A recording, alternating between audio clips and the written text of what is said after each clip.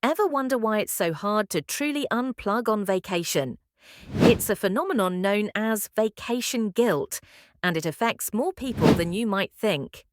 In today's hyper-connected world, we're constantly tethered to our devices, making it challenging to disconnect from work and responsibilities. This guilt stems from a fear of falling behind or missing important opportunities. Interestingly, studies show that 82% of Americans work while on vacation, checking emails or taking calls.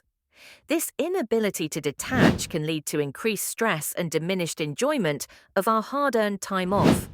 To combat vacation guilt, experts recommend setting clear boundaries, delegating tasks, and practicing mindfulness.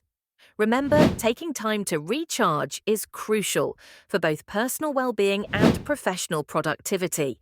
So next time you're on vacation, give yourself permission to truly unwind and embrace the art of doing nothing.